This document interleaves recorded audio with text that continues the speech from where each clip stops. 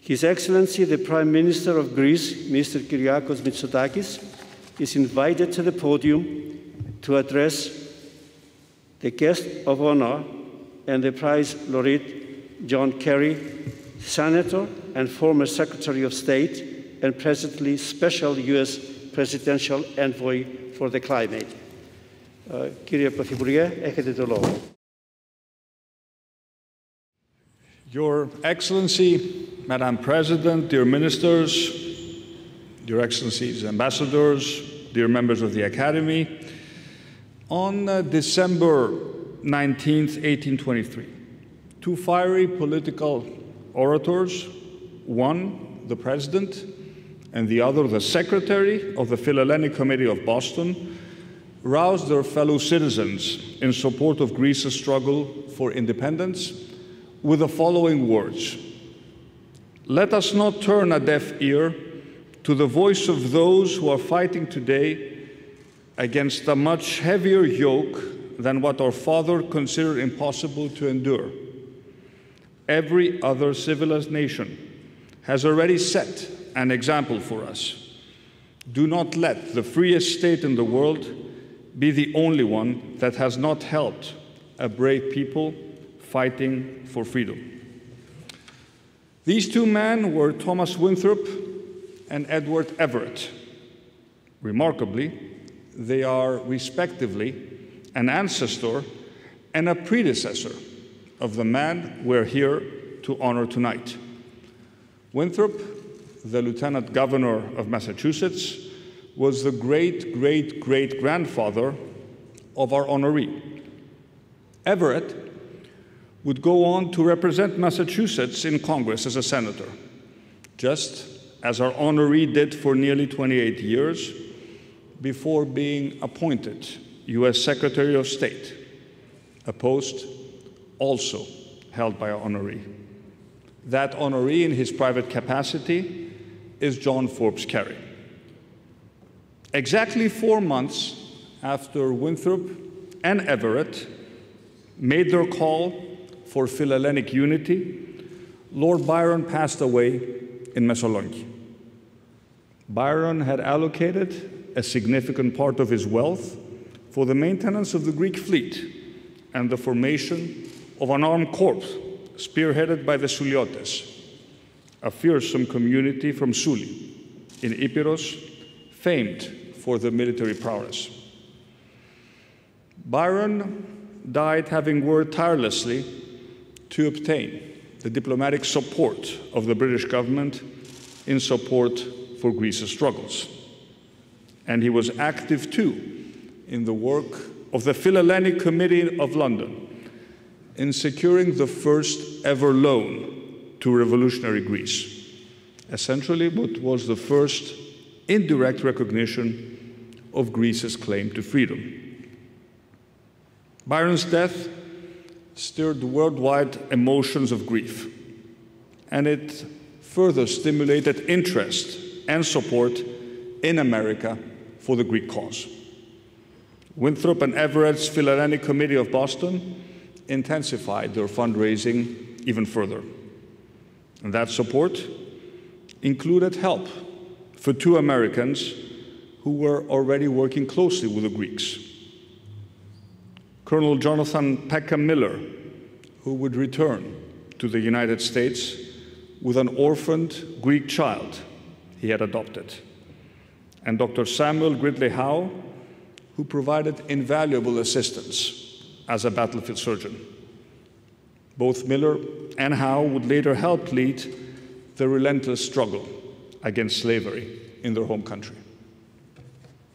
Today, Greece remembers and honors John Kerry's ancestor and predecessor and their fellow Americans who contributed so much to the birth of a free Greece. Along with the Society for Hellenism and Philhellenism, Greece also recognizes the United States' timeless contribution to the ideal of freedom. America's belief in freedom and her willingness to fight for that freedom has sustained us as Europeans in some of our darkest hours. And never more so, of course, than in the fight against the tyranny of fascism and Nazism between 1939 and 1945. The Lord Byron International Prize of the Society for Hellenism and Philhellenism is awarded today to Secretary John Kerry.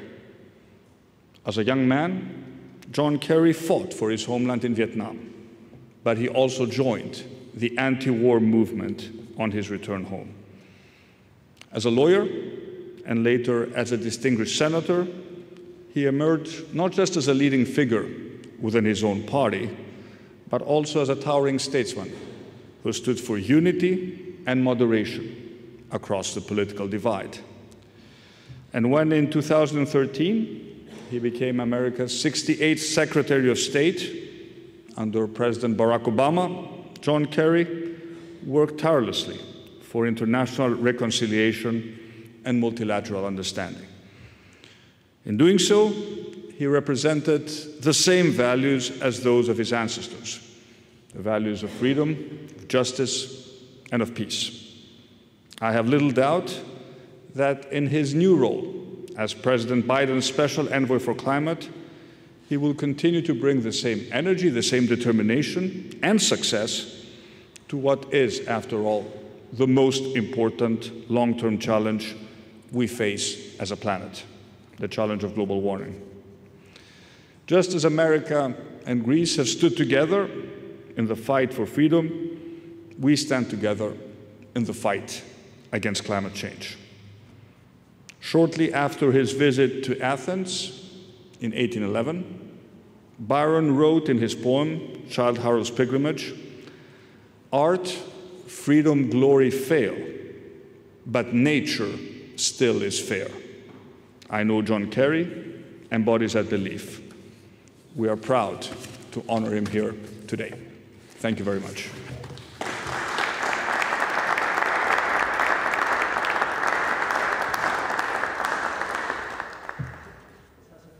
Κύριε Πρωθυπουργέ, we thank you, Mr. Prime Minister.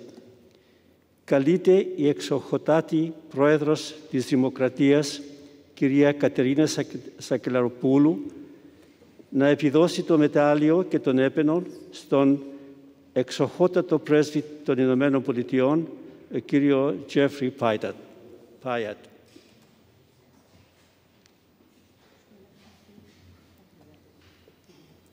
Yes.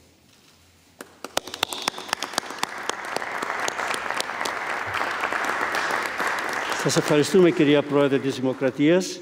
Thank you so much. Well, Mr. Prime Minister, Madam President, thank you all for this extraordinary honor. And I'm very, very pleased, obviously, to be able to join you, though virtually. And I'm honored to be with fellow honorees. I congratulate them. And I apologize up front for the fact that I'm subject to the vagaries of last-minute meetings, and we have a meeting with the White House that I must attend afterwards, so I hope you will forgive me. But let me share with all of you some special emotions about this. This award is genuinely very personal to me, starting with the fact that my home state of Massachusetts, as you know, has a very, very special connection with Greece, with many notable Greek American leaders, including the man I served with when I was Lieutenant Governor, Governor Michael Dukakis, and the man whose seat I took when I became a United States Senator. He had retired because he had cancer, and that was Senator Paul Tsongas, who was a terrific leader.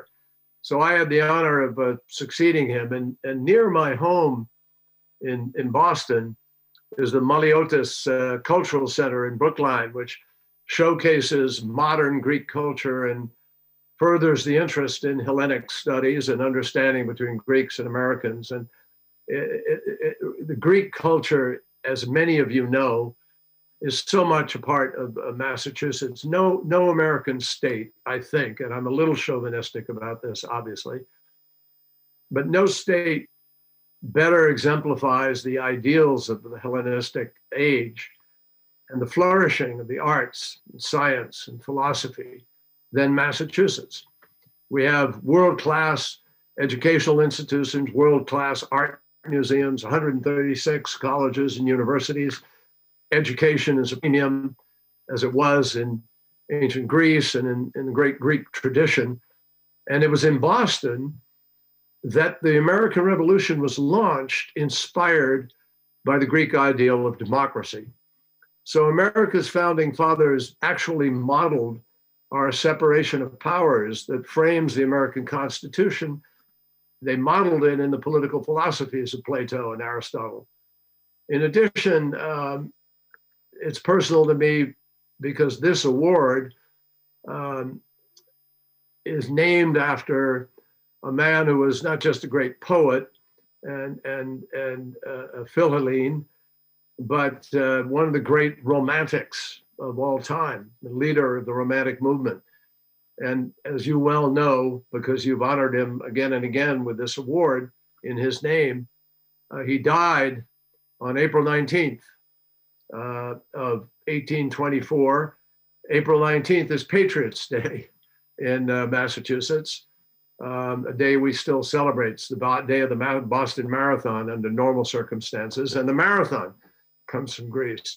So it's an ironic and amazing interconnection. But how can you not admire a man who at age 36 has the values and the idealism to fight for independence, to fight for the independence of Greece? Obviously, my own great-great-great-grandfather, who was the former Massachusetts Lieutenant Governor, Thomas Winthrop, was a great Philhellene, obviously. He chaired the Philhellenic Committee of Boston and did a lot of work in supporting the Greek Revolution. And I was proud to follow in his footsteps 4 decades ago. And you may not know, his son, Robert, my great-great-grandfather, was the Speaker of the House in Massachusetts and briefly served in the United States Senate. So it's been my privilege to carry on their legacy in my career. And it was really, honestly, the awarding of the making of this award that brought me closer, because I went back and examined their support.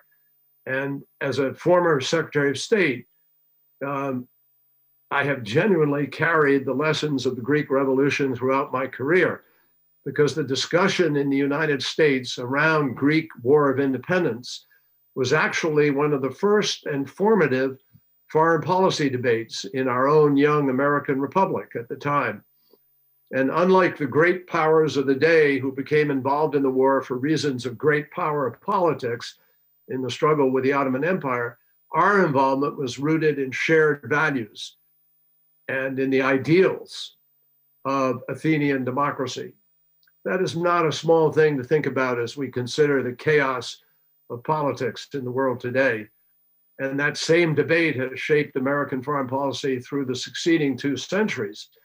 And I think it remains just as relevant today as democracies around the world share a very special stake in each other's success. My last visit to Greece was as Secretary of State in 2015. And this year we now mark the bicentennial of the founding of the modern Greek Republic. And so I'm really pleased to learn from our ambassador, our terrific ambassador, Ambassador Pyatt, one of the best. I worked with him previously, Ukraine, elsewhere, but he has informed us of how clean energy has been one of the real bright spots in the transformed US-Greece relationship. And to hear about the increasing leadership of Greece on this critical issue, it is really great to see Greece positioned to be among Europe's major generators of wind and solar, and to see Prime Minister Mitsotakis' personal commitment to decarbonizing Greece's energy faster than all the other EU countries. I applaud these ambitious targets, the most ambitious energy and climate plans of all of Europe. And I particularly applaud you for Greece's decision to close your last coal-fired power plant in 2025, well ahead of when originally planned. That is a critical step and example to the rest of the world. I was just on the phone on a Zoom last night for 3 hours with the Chinese as we follow up at our summit and try to move this process forward. So I thank the Prime Minister for his leadership on climate within the EU. And I just very quickly, I don't want to overspeak here, but Greece's leadership is going to be absolutely vital to us. This morning, I had a Zoom with Indian business leaders talking about trying to deploy 450 gigawatts of renewable energy in India and the challenge we need to undertake. We have a goal of going to Glasgow this fall in November to hold the Earth's temperature increase to 1.5 degrees centigrade. It's a huge challenge. But to do it, all of us need to make 2020 to 2030 the decade of decision and action. We can't be satisfied just to say, oh, 2050 will be net zero. That's 30 years from now. And the scientific fact is, if we do not reduce enough CO2 and methane in the course of these 10 years, we can't hold the Earth's temperature to 1.5, and we will not make 2050 as a net zero target. So this is a critical moment, and I couldn't be happier than to see a lot of US companies supporting Greece's climate change agenda by bringing American technology and expertise to the Greek market. I know you have a state-of-the-art General Electric gas-fired turbine, some of the most efficient in the world, in the Mytilenios, and it's using it for a new power plant and will be key to replacing the power currently generated. So, my friends, this is not a sacrifice we're asking people to make. This is the greatest market opportunity the world has seen since the Industrial Revolution. And I hope we will all seize it together. So thank you for this extraordinary honor. George Gordon Byron, the 6th Baron, a great romantic, a great example of a life lived and given for principle, for values, for ideals. So Greece continues through this award to set an example to all of us of how we might manage our lives and tackle the future. And I thank you for this honor. Thank you.